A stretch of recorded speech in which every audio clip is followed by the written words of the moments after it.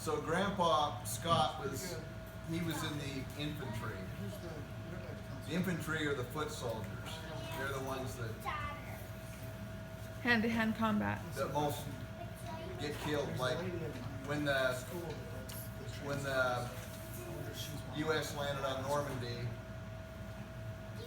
and the Germans had, just machine guns, they killed thousands and thousands of people in the infantry.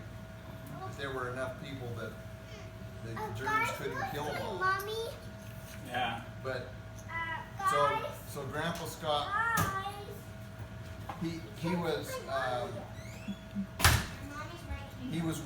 worked in the iron ore in the smelter in Murray, where he grew up.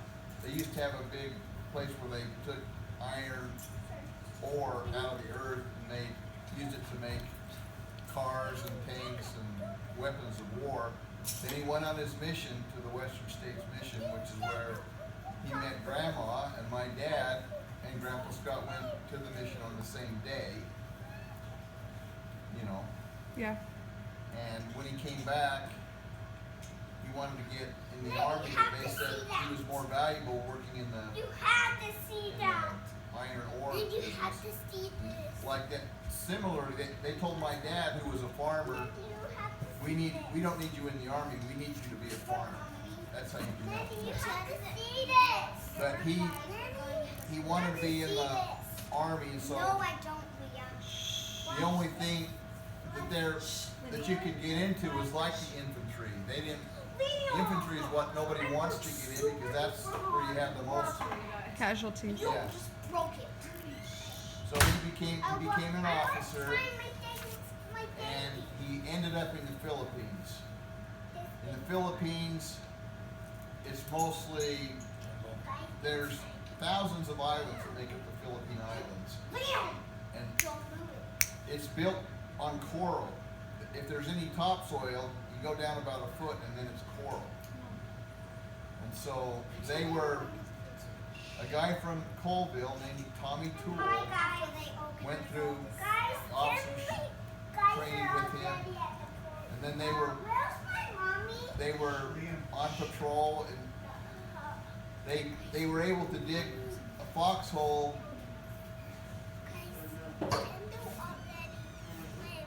A foxhole is where you stay, so you're not exposed like enemy fire. You're in the foxhole.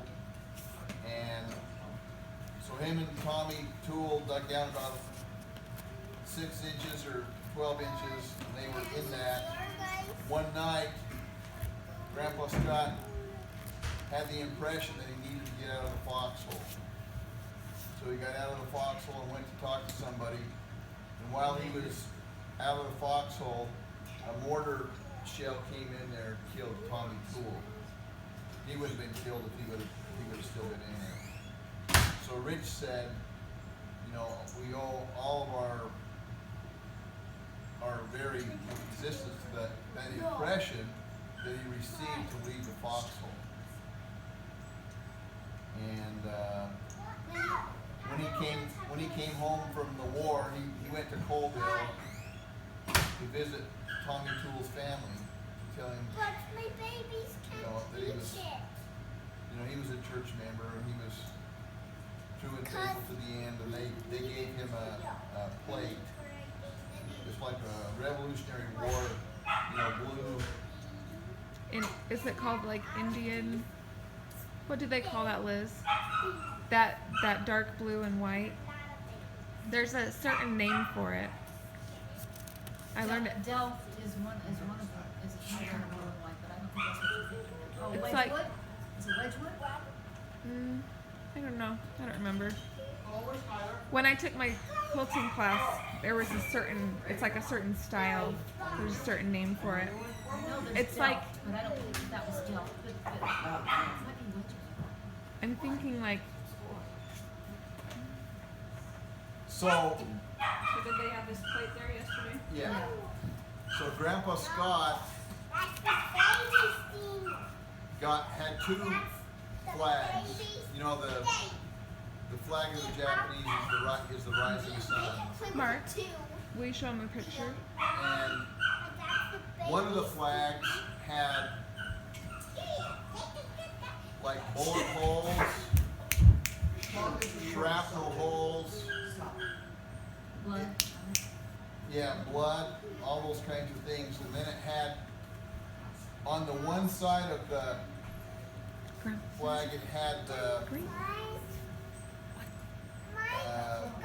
it had signatures of the Japanese people, the Japanese soldiers, when they went to war. You know, they signed their names on this flag as to signify that they were all in, that they were committed.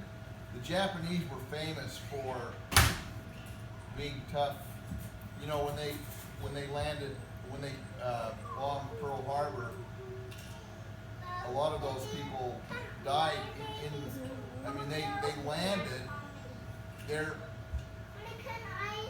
planes on Pearl Harbor. Some of them, they weren't expected to live when they went to bomb Pearl Harbor. It was a death mission in many cases. My grandfather's job. He was in the Philippines, and I was reading my grandma's his letters to my grandma.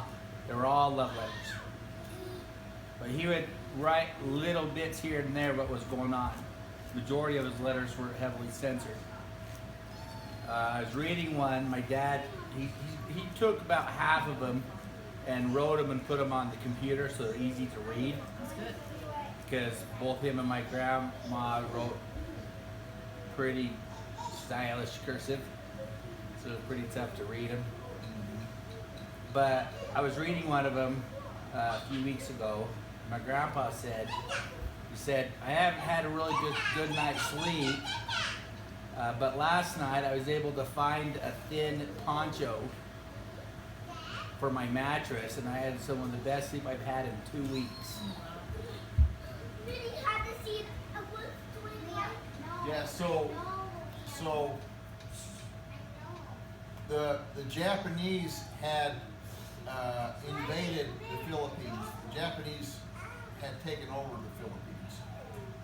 Grandpa Scott was fighting in the Philippines, and then the U.S. dropped atomic bombs on Nagasaki and Hiroshima.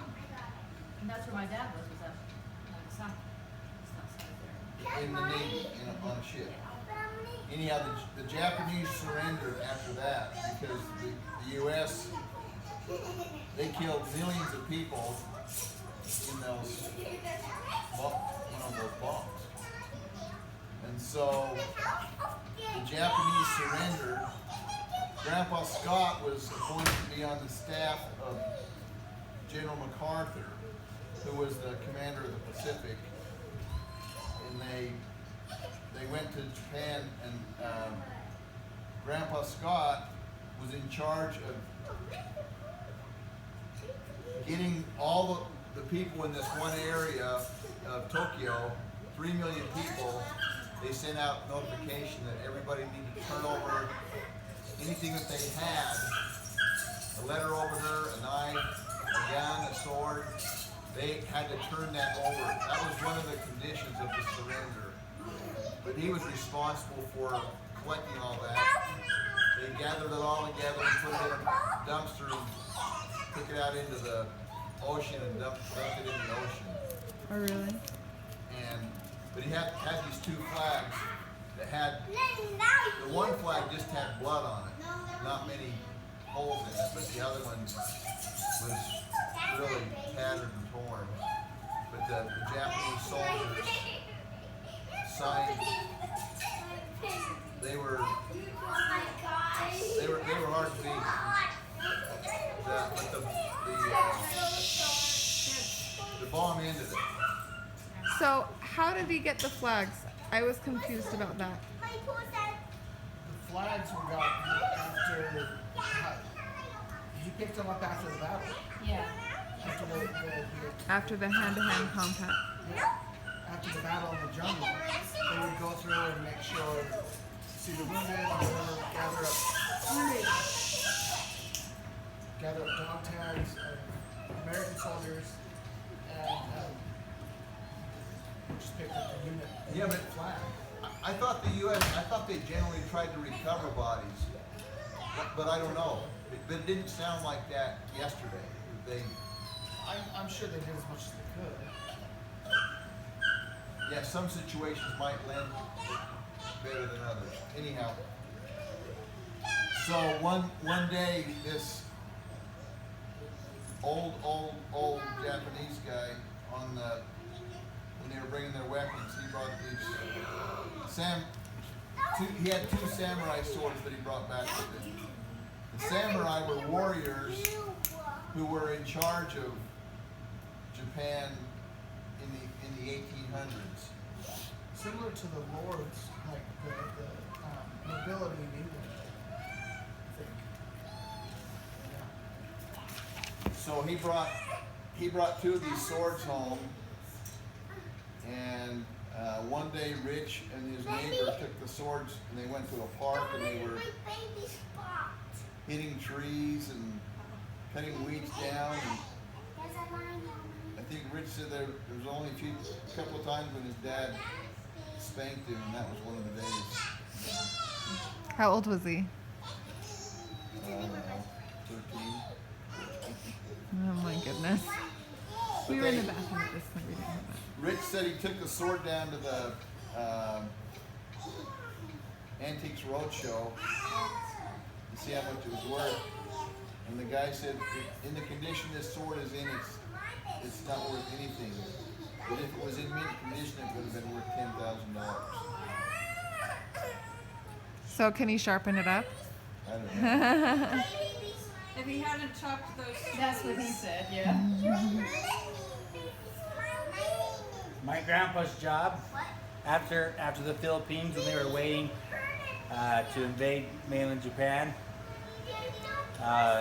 his job was to look through a microscope and take film that were taken from high reconnaissance aircraft and draw the pictures to make maps. And he realized that he was drawing the beaches of mainland Japan. And he started, my dad told me, he started realizing, oh, these are pillboxes and machine gun placements and mine places of where the Japanese are supposed to be. He was going to be in the second wave as platoon. And he said all he could think about when he was drawing these maps was where could I hide. And he said, he told me that he told me, well, first of all, he hated the government and the war. He said, you can never trust the government where it forces its citizens to fight a war. And because he was drafted. And World War II. But he said that he was never more grateful for those bombs. Because it saved his life. Well, Grandpa mentioned that, Richard mentioned that Grandpa, they were planning these amphibious, what were they called? Assaults, landings. They were whatever. planning the assault on mainland Japan. So they were planning them, and he called it amphibious Well, just something, water landings. water landings. Yeah, they were just training for the invasion of Japan. So the bomb happened, he gathered the weapons, and then he mentioned that Grandpa was there for an extra 9 months or so, helping to put Japan back together. And maybe Grandpa wasn't, but the Americans, you know. Did you remember that part? Yeah. Yeah, so he and Grandma Scott were going to get married, but he didn't want to get married because he wasn't sure he was going to be living at the end of the war, so he didn't want her to be a widow. So on Valentine's Day in 1945 or 44, 45, I think it's 44, but I could be wrong. 44, 45, Great Grandma Scott was very sick. And they didn't think she was going to live, and so he was able to leave. This is probably when he was in occupation Japan. He was able to come home, and they got married in the Salt Lake Temple on Valentine's Day when he came home. And then she outlived him. I'm not naked anymore. So he didn't have to go back. No, I think he went back. He went back. I don't know. I think he went back. I think he was just there on leave and then he went back. But the war was over-ish. But I think he went back still to finish his duty. So Grandpa Scott and Great Grandma Scott and Rhonda all passed away kind of in a My name is my name is Butterscotch. couple of years. That is a weird name. I think great grandma was when I was in 2nd grade. Grandpa was when I was in 3rd grade, and Mom was when I was in 4th grade. I think. Grandpa was in 89. But that makes me so sad. I remember going to great grandma's funeral. I do too. Right here. I think it was 2nd grade when I was in 2nd grade.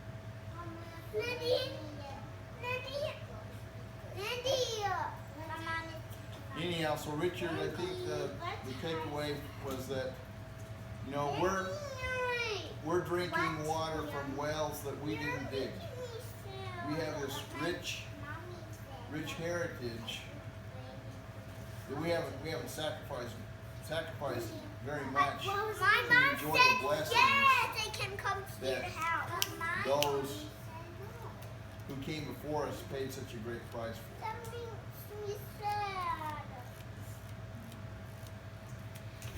We talked with Rich afterwards, and he said, it wasn't, their generation was all about duty, and that was just their job they had to do, and they went out and did it, and it wasn't very appreciated until later when, we kind of realized, They just saved the world. yeah, they just saved the world.